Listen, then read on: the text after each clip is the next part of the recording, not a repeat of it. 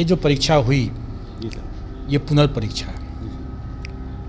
जो अभ्यर्थी मई महीने में पूरी तैयारी के साथ एग्ज़ाम दिए, वो मई महीने से लेकर के सितंबर महीने तक वो हाथ पर हाथ धर के तो बैठे नहीं थे। उन्होंने जो मई महीने में जो गलतियां की होंगी उससे सबक लेकर के वो अपनी तैयारी बेहतर किए होंगे। कोचिंग वाले लोगों ने भी उनको बेहतर पढ़ाया होगा।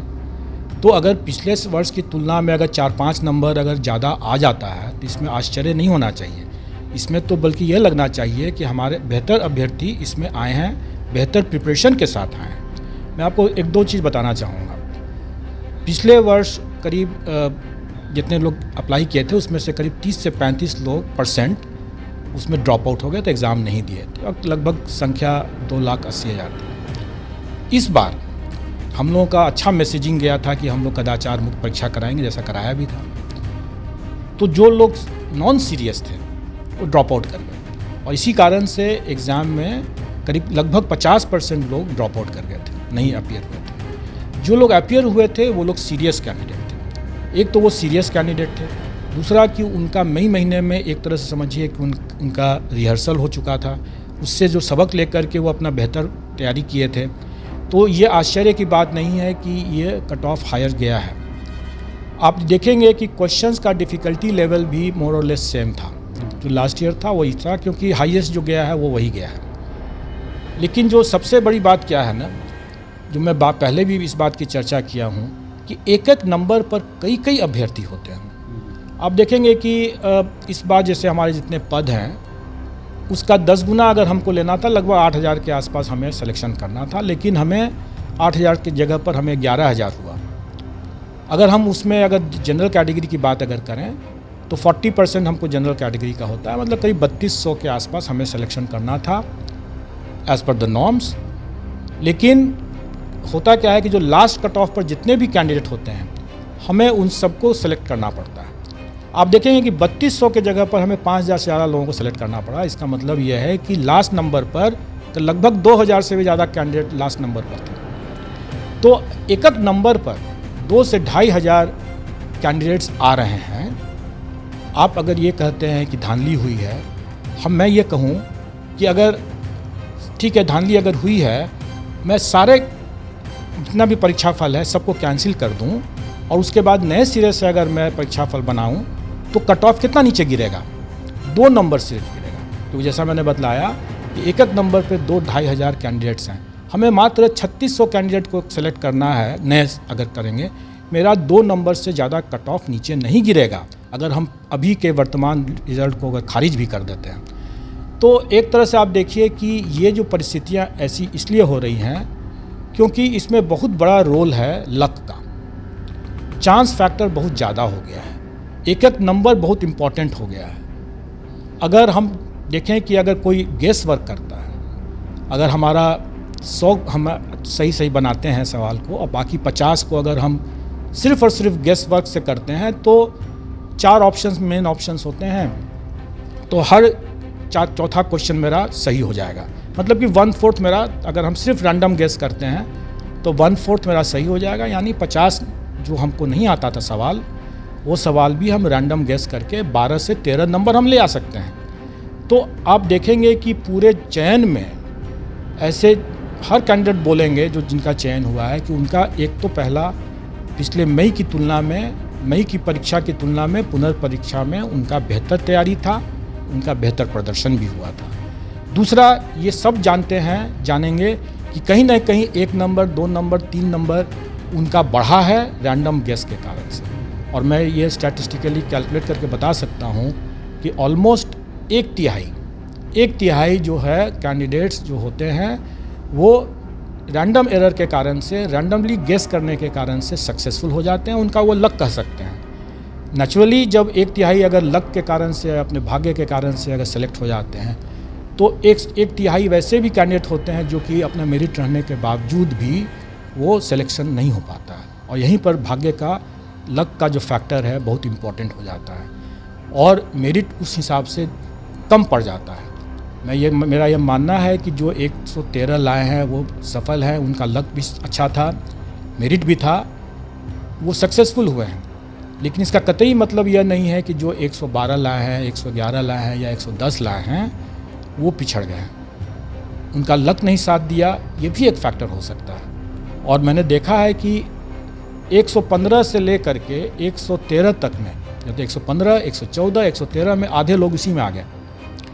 उसके ऊपर जो आधे ही लोग हैं, लेकिन 115, 114, 113 में इसी 3 नंबर में अधिकांश लोग, आधे से ज़्यादा लोग इसी में आ गए हैं। तो ये एक लक फैक्टर बहुत इम्पॉर्टेंट हो गया है। और इसीलिए मेरा ये मानना है कि मेहनत के बिना तो खैर कुछ भी नहीं होगा, लेकिन मेहनत करने के बाद भी अगर आप लक नहीं था आपका तो या सिली मिस्टेक आपने कर दिया तो फिर आप असफल हो गए, और इसका अफसोस रहेगा मुझे। और इसीलिए मैंने नेगेटिव मार्किंग का सोचा कि मैं नेगेटिव मार्किंग करूं, ताकि ये जो रैंडम एरर है, जो लक का जो फैक्टर है, जो चांस फैक्टर है, वो कम हो सके। नोटिस नहीं किया, एक तो हम लोगों ने इस बार बेहतर चेकिंग किया है, और एक कारण यह भी था कि हमारा रिज़ल्ट जैसे 14 तारीख के 3-4 दिन पहले तैयार होने के बाद भी हम लोग 14 तारीख को नहीं निकाल सके। हम लोग को 17 तारीख लगा, क्योंकि हम इसकी गहन चेकिंग कर रहे थे। उस गहन चेकिंग में कई कैंडिडेट्स का हम लोगों ने पाया कि उनका रोल नंबर गलत था, और कई का सीरीज़ गलत था। तो हम लोगों को, जहाँ तक हम लोगों को दूसरे साक्ष्य से, जैसे अटेंडेंस सीट से, या गोला अगर उसने सीरीज़ का गलत लगा दिया तो हम लोगों ने उसका जो लिखा हुआ था उसको देख करके उस तरीके से भी हम लोग उसको सुविधा दिए कि सो दैट कि वो उसका सिली मिस्टेक के कारण से वो न छंटे। लेकिन जो आप बता रहे हैं कि जो कैंडिडेट उनको जानते हैं कि वो अपीयर नहीं हुआ है, और वो कैंडिडेट नहीं अपीयर हुआ है, और दूसरे आपने बताया कि वो उतना मेरिट का नहीं है। देखिए, क्या आपको लगता है कि इम्पर्सनेशन का मामला नहीं होता है? बिल्कुल हो सकता है। और इस बात भी हम लोगों ने, ऐसे जितने मामले हम लोगों के नज़र में आए उसको हम लोगों ने छांटा भी है। और मैं अभी खुलासा नहीं करूंगा कि उन लोगों ने इम्पर्सनेशन के क्या मोडस ऑपरेंडी, क्या तौर तरीका अपनाया, लेकिन और ये भी नहीं बताऊंगा कि मैंने कैसे उसको डिटेक्ट किया। खाली इतना कहना चाहूँगा कि कई मामले हम लोगों ने उस तरीके से डिटेक्ट किए और ऐसे छांटे।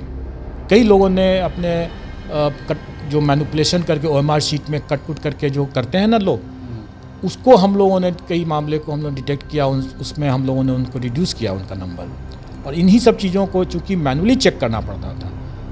एक मैं छोटा सा उदाहरण खाली देना चाहूँगा कि अगर कोई कैंडिडेट किसी दूसरे के बिहाफ में अपीयर हो जाता है, जिसको इम्पर्सनेशन कहते हैं, अटेंडेंस में वो अपना रोल नंबर देता है, क्योंकि इन्विजिलेटर उसका देखेगा कि भाई राम कुमार अगर एग्ज़ाम दे रहा है तो राम कुमार का ही फ़ोटो है, उसी का आई कार्ड है, उसी का एडमिट कार्ड है, वगैरह वगैरह, सब कुछ उसी का, रोल नंबर भी उसी का है। लेकिन अगर OMR शीट में अगर वो रोल नंबर दूसरे अपने भाई बंधु का, किसी का साथी का नंबर दे देता है, तो वो इम्पर्सनेशन हो गया। और वो इम्पर्सनेशन का सिस्टम उसको कैसे डिटेक्ट करेगा? तो ये चीज़ है कि हम लोग ऐसे मामलों को भी डिटेक्ट किए हैं। लेकिन मैं ये ज़रूर कहूँगा कि ऐसे मामले हो सकता है कि हम लोगों के लेंस से छूट गया हो, और इसी कारण से जो कुछ लोग दावा कर रहे हैं कि जिनका कि हम जानते हैं कि ये एब्सेंट रहा है और उसके बाद भी अगर ये सेलेक्ट हो गया तो गड़बड़ है। आपने देखा होगा कि उसमें हम लोगों ने लिखा है इस बार की औपबंधिक है। ये जो रिज़ल्ट है वो औपबंधिक हम लोगों ने निकाला है। उसका एक कारण यह भी था कि हम पूरी पारदर्शिता बरतते हुए हम OMR शीट्स को भी लोगों को देंगे। अपना OMR शीट्स लोग फ्रीली बिना RTI के वो देख सकता है। लेकिन अगर वो किसी भी सक्सेसफुल कैंडिडेट का, अगर उनको लगता है कि ये रोल नंबर सीरीज़ में ये गलत है, उनको लगता है ऐसी बातें हैं, तो वो RTI के माध्यम से आएंगे, तो मैं उनको दूसरे का जो सक्सेसफुल कैंडिडेट है उनका OMR शीट में दिखा दूंगा, और वो देख लें, आश्वस्त हो लें। अपने पड़ोसी का अगर उनको लगता है कि वो साथी अपीयर नहीं हुआ था, वो गलत आ गया है, मुझे बताएं। हमारे पास और भी तरीके हैं उसको चेक करने के लिए, और इसीलिए मैंने बताया कि ये मैंने औपबंधिक लिखा है, क्योंकि अगर इस तरह की अगर कोई बातें प्रकाश में आती है तो हम बेशक हम उसको कैंसिल करेंगे। मेरा अपना मानना है कि जो 11,000 कैंडिडेट जो आए हैं वो प्रॉपर मेरिट के कैंडिडेट हैं। ऐसा नहीं है कि वो मेरिटोरियस नहीं है, वो मेरिट के हैं और थोड़ा लक फैक्टर जरूर होगा। मेरा ये भी मानना सही है कि कुछ ऐसे, जैसे मैंने कहा कि 1/3 रैंडम एरर के कारण से अनलकी रहे तो वो नहीं सिलेक्शन हुआ। 1-2 नंबर नीचे जाएगा, 11-12 तक जा सकता है अगर हम अतिरिक्त लोगों को लेने की बात करते हैं तो, उससे नीचे नहीं जाएगा। मैंने जैसे बताया कि 100% हम रिजल्ट को खारिज भी कर देंगे तो भी 2 नंबर से नीचे नहीं जाएगा। तो ऐसी स्थिति में अब ये सोचना कि भाई हम लोगों ने जो अनाउंस कर रखा है, हमारा जो नॉर्म्स है कि हम 10 गुना लोगों को ही सेलेक्ट करते हैं पीटी में, अब उस नॉर्म्स को अगर हम बदल करके अगर हम 20 गुना कर देते हैं तब भी हमारा 2 ही नंबर पर असर पड़ता है। उससे भी लोग बहुत संतुष्ट नहीं होंगे। अब ऐसे मामले में अगर हम कोई नीतिगत निर्णय, एक बार जब परीक्षा हो गया, रिजल्ट निकल जाने के बाद हम नीतिगत निर्णय लेते हैं ऐसा, तो वो गलत होगा, क्योंकि उसमें फिर हम कोई खेल जब शुरू हो जाता है उसके बाद उसका नियम नहीं बदला जाता है। हम नए वाले में हम जो जरूर ये कर सकते हैं, लेकिन पुराने वाले में हम ये सोचें कि हम 10 गुना ही रखें, 20 गुना कर दें उसको, ये मैं नहीं अभी इस पर कुछ हाँ ना बोल सकता हूँ। अगर अभ्यर्थी बड़ी संख्या में अगर इस बात को महसूस करते हैं, जैसा मैंने बताया कि अगर हम दुगना भी करते हैं तो भी 2 ही नंबर नीचे जाएगा, और 2 ही नंबर नीचे जाएगा, उसमें 5,000 कैंडिडेट सिर्फ को ही इसमें असर पड़ेगा। अब अगर वो 5,000 कैंडिडेट के कारण से, या मान लीजिए अगर हर एक कैटेगरी में अगर कर रहे हैं तो मान लीजिए 11,000 कैंडिडेट्स के लिए अगर हम दुगना करने की बात अगर करते हैं तो सिर्फ 11,000 कैंडिडेट को ही फ़र्क पड़ेगा, बाकी को नहीं फ़र्क पड़ेगा। लेकिन जो अभी जो सक्सेसफुल हो गए हैं वो आपत्ति कर सकते हैं। वो कह सकते हैं कि जब आपका नॉर्म्स यही था, हमने बेहतर तैयारी किया, हमने बेहतर प्रदर्शन किया, आप फिर से एक तरह से बड़े कंपटीशन में क्यों उतार रहे हैं, ये ऑब्जेक्शन कर सकता है। इसलिए प्रायः नियम को बीच रास्ते में नहीं बदला जाता है। इतने अनिश्चितताओं के दौर के बाद भी हमारे पीटी में कैंडिडेट्स जो हैं वो मतलब सड़क पर नहीं थे, जो कैंडिडेट सफल हुए हैं वो पढ़ाई कर रहे थे। मेरा ये मानना है कि जो सीरियस कैंडिडेट्स होंगे वो कभी भी पीटी के रिज़ल्ट के भरोसे अपनी पढ़ाई नहीं छोड़ते हैं, वो अपनी मेंस की तैयारी बखूबी जारी रखते हैं। और इसलिए 30 सितंबर को परीक्षा हुआ, उसके बाद वो अपने मेंस के लिए लग चुके होंगे, ये मेरा मानना है। जो सीरियस कैंडिडेट्स होंगे वो बिल्कुल लग चुके होंगे। और जैसा कि मैंने भी आप बहुत से यूट्यूब में देखा कि लोग पहले ये कह रहे थे कि 110 जाएगा, 105 जाएगा, तो स्वाभाविक है कि जो 113 वाले तो कम से कम निश्चित रूप से आश्वस्त थे कि उनका हो जाएगा, और वो मेंस की तैयारी कर ही रहे थे। ये हो सकता है कि 105 वाले नहीं तैयारी कर रहे थे, तो 105 वाले तो अभी सफल हुए भी नहीं हैं, लेकिन 113 वाले तो जो निश्चित तौर पर वो अपने मेंस की तैयारी जारी रखे थे। और 29 तारीख को जो परीक्षा का जो हम लोगों ने तिथि रखा है वही फ़िलहाल स्टिक करेगा। हमने एक बार सोचा था कि अगर हम बढ़ा रहे हैं तो अगर बढ़ाने की संभावना है कि नहीं है, तो हमने पाया कि यूपीपीएससी ने उस समय फिर 1 सप्ताह 10 दिन के बाद हम ही लोगों के परीक्षा को ध्यान में रखते हुए यूपीपीएससी ने अपनी परीक्षा को आगे का तारीख रखा है। तो हम फिर से अगर अपना कैलेंडर को अगर डिस्टर्ब करेंगे अगर उसमें, तो फिर से और डिस्टर्बेंस बढ़ता ही चला जाएगा। लेकिन ये ज़रूर मेरा मानना था, जैसा मैंने पहले भी बताया, कि मेंस का एग्ज़ाम की तैयारी और पीटी के एग्ज़ाम की तैयारी दोनों थोड़ा अलग अलग होता है। तो जो कैंडिडेट मेंस की तैयारी करेंगे इसमें 67th का, और उसके बाद स्वाभाविक है कि वो फिर अपने रिज़ल्ट की प्रतीक्षा किए बिना वो अपना आगामी जो 68 का जो पीटी होगा उसकी तैयारी करेंगे। और उसकी तैयारी के लिए मेंस के एग्ज़ाम और पीटी के एग्ज़ाम के बीच में अंतर होना चाहिए। एक तो ये कारण था जो कैंडिडेट्स लोगों ने मुझे बताया। दूसरा ये था, हमने देखा कि जाड़े का मौसम था। हमने पिछले बार भी कहा था कि हमने देखा कि 67th का जो परीक्षा लोगों ने पीटी जो दिया, वो स्टेशन पर प्लेटफॉर्म पर लोग रात बिताए थे।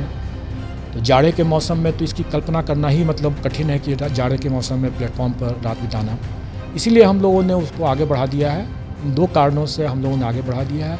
वो हमारे कैलेंडर में आया हुआ है। वो 12 फरवरी का हम लोगों का डेट है। इस बार 66 की तुलना में सीरियस कैंडिडेट करीब 40,000 की ज़्यादा संख्या में अपीयर हुए हैं। उसमें से अगर 10% भी अगर कैंडिडेट सक्सेसफुल श्रेणी में है तो 2 नंबर तो ऐसे ही कट ऑफ बढ़ा देगा। कहने का मतलब है कि ज़्यादा संख्या में कैंडिडेट्स एक नंबर पर रहेंगे। तो एक नंबर पर ज़्यादा कैंडिडेट्स रहेंगे और चांस फैक्टर या रैंडम एरर की जो बातें हैं उसको दूर करना बहुत ज़रूरी है।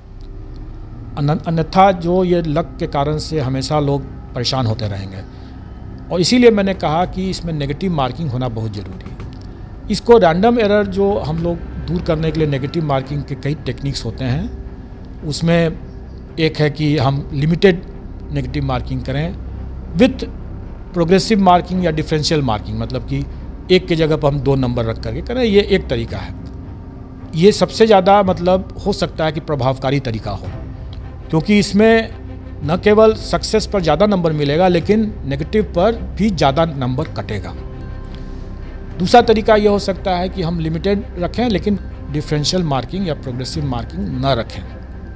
मतलब कि एक नंबर अगर है तो सबका एक नंबर है, कुछ उसमें प्रश्न होंगे जिसका साथ नेगेटिव मार्किंग भी है, बाकी के साथ नेगेटिव मार्किंग नहीं होगा। ये दूसरा ऑप्शन होगा। तीसरा ऑप्शन ये होगा कि हम सभी पर एकरूपता बरतते हुए, जैसे कुछ अभ्यर्थियों की मांग थी कि आप किसको टफ़ कहेंगे, किसको नहीं टफ़ कहेंगे, किसको आप स्टार क्वेश्चन लगाएंगे, किसको नहीं लगाएंगे, इसलिए सब पर कर दीजिए। फाइन, मुझे उसमें कोई एतराज़ नहीं है। मैंने इसलिए तीनों ऑप्शंस को मैंने डाल दिया है। जो विज्ञापन निकलेगा, जो नोटिफिकेशन आएगा परीक्षा का, पीटी का 68 का, उसमें ये हम फीडबैक लेंगे अभ्यर्थियों से, और इन 3 बिंदुओं पर, 3 ऑप्शंस पर, और उसमें से जो सबसे ज़्यादा ऑप्शन होगा, और मेरा समझना है कि अगर अभ्यर्थी लोग अगर ये मांग करते हैं और उनके समझने के में भी सरल है ये चीज़ कि सभी में नेगेटिव मार्किंग कर दें, तो हमें कोई ऑब्जेक्शन नहीं। ई ऑप्शन जो है एक ऑप्शन है। अभी तक हम लोग उसका उपयोग जो है एक पैसिव ऑप्शन की तरह, एक्टिव ऑप्शन नहीं है वो। मतलब कि अगर कोई प्रायः ABCD में अगर जो नहीं लगा, किसी कारण से कोई भूल चूक हो गया, तो वो ई ऑप्शन में चला जाता है। फिलहाल ये ई ऑप्शन पैसिव ऑप्शन है। आप देखेंगे कि नेगेटिव मार्किंग का जो कॉन्सेप्ट होता है उसमें कितना मार्क्स नेगेटिव दिया जाए उसका एक फार्मूला होता है, और वो फार्मूला 1/n-1 होता है, जहाँ पर n जो होता है कि कितने ऑप्शंस हैं। तो जैसे 5 ऑप्शंस हैं तो हम 1/5-1 यानी 1/4 नेगेटिव होगा। इनकरेक्ट आंसर पे -1/4 मतलब 0.25 नेगेटिव होगा। अगर हम 4 ऑप्शंस रखेंगे अगर उसमें तो -1/3 नेगेटिव होगा। ये एक स्टैटिस्टिकली फार्मूला है जिसके बेसिस पर ऐसा किया जाता है। तो अब अगर हम इसको, जो अभी लोगों की मानसिकता बनी हुई है कि चूंकि ये एक पैसिव ऑप्शन है, इसलिए इस पैसिव ऑप्शन पर हम हटा दें, इसको नेगेटिव मार्किंग में हटा दें। मेरा ये कहना है कि ज़्यादा ऑप्शन रहना गलत नहीं है। फिलहाल ये पैसिव ऑप्शन के रूप में है कि गलती होने पर उस ऑप्शन को उपयोग किया जाता है। मैं तो यह कहूँगा कि इसको एक्टिव ऑप्शन के रूप में बना लिया जाए, कि जानबूझ करके कुछ क्वेश्चन का आंसर वैसा हो। क्योंकि हम लोग भी जब अपने समय में जब UPSC में जब दिए थे परीक्षा, PT वगैरह देते थे, तो बहुत बार ऐसे आते थे, उसमें ऑप्शंस रहते थे। उसी 4 ऑप्शंस में कई बार ऐसे होते थे कि none of the above, all of the above, some of many of the above, more than one of the above, ऐसे इस तरह के विकल्प जो होते थे उसी 4 में, लेकिन रहते थे ऐसा नहीं कि नहीं रहता था वो। इसलिए ये पैसिव ऑप्शन नहीं बना करके अगर एक्टिव ऑप्शन भी अगर इसको बना दिया जाए तो कोई हर्ज नहीं है। उससे बेहतर यह होगा कि नेगेटिव मार्किंग जो है उसमें -1/4 होगा, कम नेगेटिव होगा। अगर ऑप्शन ज़्यादा है तो कम नेगेटिव होगा, ऑप्शंस कम रहेगा तो ज़्यादा नेगेटिव होगा। ये ऑप्शन कभी भी हम नहीं हटाएंगे। इसको अभ्यर्थी को सोचना होगा कि ये एक कंपटीशन है, ये कोई पास फेल की परीक्षा नहीं है। कंपटीशन अगर टफ़ है तो सबके लिए टफ़ है, सरल है तो सबके लिए सरल है। मैं आपके माध्यम से अभ्यर्थियों को बताना चाहूँगा कि 3 दिन का जो हमें ज़्यादा समय लगा चेकिंग में, उसमें कई अभ्यर्थी जो है अपना रोल नंबर गलत लिखे, मतलब भूलवश, जानबूझ करके इम्पर्सनेशन वाली बात तो अलग है, भूलवश अपना रोल नंबर गलत लिखे, गोला गलत बनाए, लिखे सही गोला गलत बनाए। और दूसरा कि सीरीज़ गलत लिख दी है, मतलब लिखे सही गोला गलत बना। हमारा जो कंप्यूटर है ओमर रीडर जो होता है वो गोला देखता है। अगर गोला अगर आपने गलत सीरीज़ पर लगा दिया तो आपको आ जाएंगे 120 के जगह पर आपको आ जाएंगे 30 नंबर, अगर गोला गलत सीरीज़ पर लगा दिया। तो अब हम लोग के लिए एक बहुत बड़ा चैलेंज था कि इतनी बड़ी संख्या में लोग दे रहे हैं और इस तरह की गलती लोग कर सकते हैं और करते होंगे, तो क्या हम उनको इस सिली मिस्टेक का दंड दे दें या हम उसके सिली मिस्टेक्स को हम किसी दूसरे तरीके से उनको नज़रअंदाज करके उनका सही गोला या सही सीरीज़ जो है उसके हिसाब से हम उसको चेकिंग करें।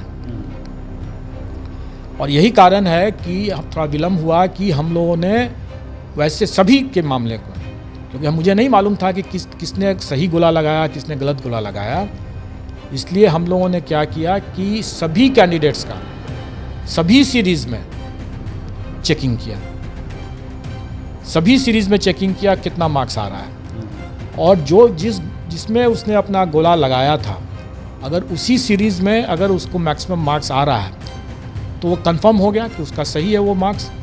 अगर वो गोला लगाया है किसी और सीरीज़ का और मैक्सिमम मार्क्स किसी और सीरीज़ में आ रहा है तो ऐसे मामलों को हम लोग चेक करेंगे मैनुअली कि इसने गोला कहीं गलत तो नहीं लगा दिया है, क्योंकि उसको हाईएस्ट मार्क्स किसी दूसरी सीरीज़ में आ रहा है, गोला इसने किसी और सीरीज़ का लगा दिया है। और ये भी एक कारण है कि अभ्यर्थी के हित में हम लोगों ने देखा कि भाई उसने जो लिखा है गोला, वो गोला जो बनाया है सीरीज़ का और लिखा क्या है सीरीज़ का नंबर, कहीं उसमें कहीं मिस्टेक तो नहीं कर दिया है। इस सब कारणों से जो आंसर को जो परीक्षाफल जो हम लोगों का है थोड़ा विलम्ब हुआ, ये सब कारण हुए कि अभ्यर्थी ने बड़े पैमाने पर ऐसी गलतियाँ की हैं। जो नोटिफिकेशन जो है 68 का वो विलम्ब होने का एक कारण ये भी रहा है कि कई बार अभ्यर्थी जो होते हैं एग्ज़ाम देने के बाद वो बोलते हैं, वो इसी परीक्षा की बात नहीं है, इससे और भी दूसरे परीक्षा की भी बात नहीं होती है, कि वो अपने आरक्षण श्रेणी जो अपना डालते हैं उसके साथ अपना जाति कुछ और लिखते हैं। जैसे बीसी का ईबीसी का बीसी, इस तरह का चीज़ हो जाता है कि लिखा है ईबीसी, जाति दिया है बीसी का, और वाइस वर्सा। तो इस तरह के चीज़ जो बाद में उसके लिए तकलीफदेह स्थिति उत्पन्न हो जाती है, तो हम लोगों ने ये कहा कि ऐसी नौबत ही ना आए, उसके लिए हम जो अपने आवेदन जो आमंत्रित करते हैं उसमें जो जैसे ही उसने ईबीसी लिखा या बीसी लिखा, तो बीसी अगर उसने सेलेक्ट किया है तो उसको जाति का जो ड्रॉप डाउन मेनू जो खुले वो सिर्फ बीसी का ही खुले, उसमें ईबीसी का ना खुले। अभी वैसा नहीं होता है। अभी क्या होता है कि अगर आप ईबीसी सेलेक्ट किए लेकिन जब जाति सेलेक्ट करने जाते हैं तो उसमें तमाम जाति मिल जाता है, उसमें ईबीसी के अलावा भी जाति मिल जाता है, इसीलिए वो गलती होती है। तो इस तरह की गलती को दूर करने के लिए हम लोगों ने इस बार अपने आवेदन में ही इस तरह की व्यवस्था करने जा रहे हैं। जैसा मैंने बताया कि अगर हम पूरे परीक्षा फल को ही अगर खारिज कर देते हैं तो भी कट ऑफ 2 ही नंबर से नीचे जाएगा।